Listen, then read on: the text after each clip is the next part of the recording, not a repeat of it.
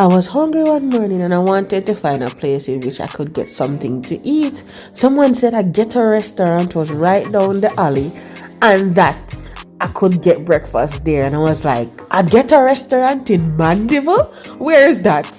Where is that? So I found out that it was right in the alley across from Bashko Plaza. So I decided it was time to explore. No, I was like, wait, a restaurant is down here? What? There's a lot of shops down here too. Not just restaurants, not just a restaurant. And I was like, all right, where is this? And then I started to see food and was like, oh, here it is. There were people waiting to get their breakfast and I was waiting to be served next.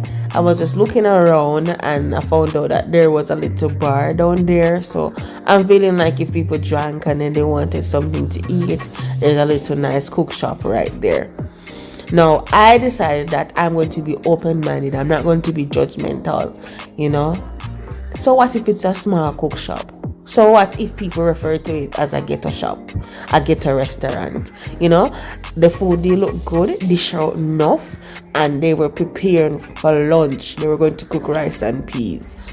I am so sorry, I don't remember the prices, and I know that's very important, you know, because you're expecting the food to be reasonable at a ghetto restaurant. Anyways, now let me taste this. I got curry chicken with wholly ground provision food. It tasted normal. It wasn't like, oh wow, you know, and it wasn't like, oh my gosh, we can't eat this. It just did taste like the average curry chicken and ground food. Which, what do you expect? It was at a restaurant, at a restaurant. So let me know if you try this food, this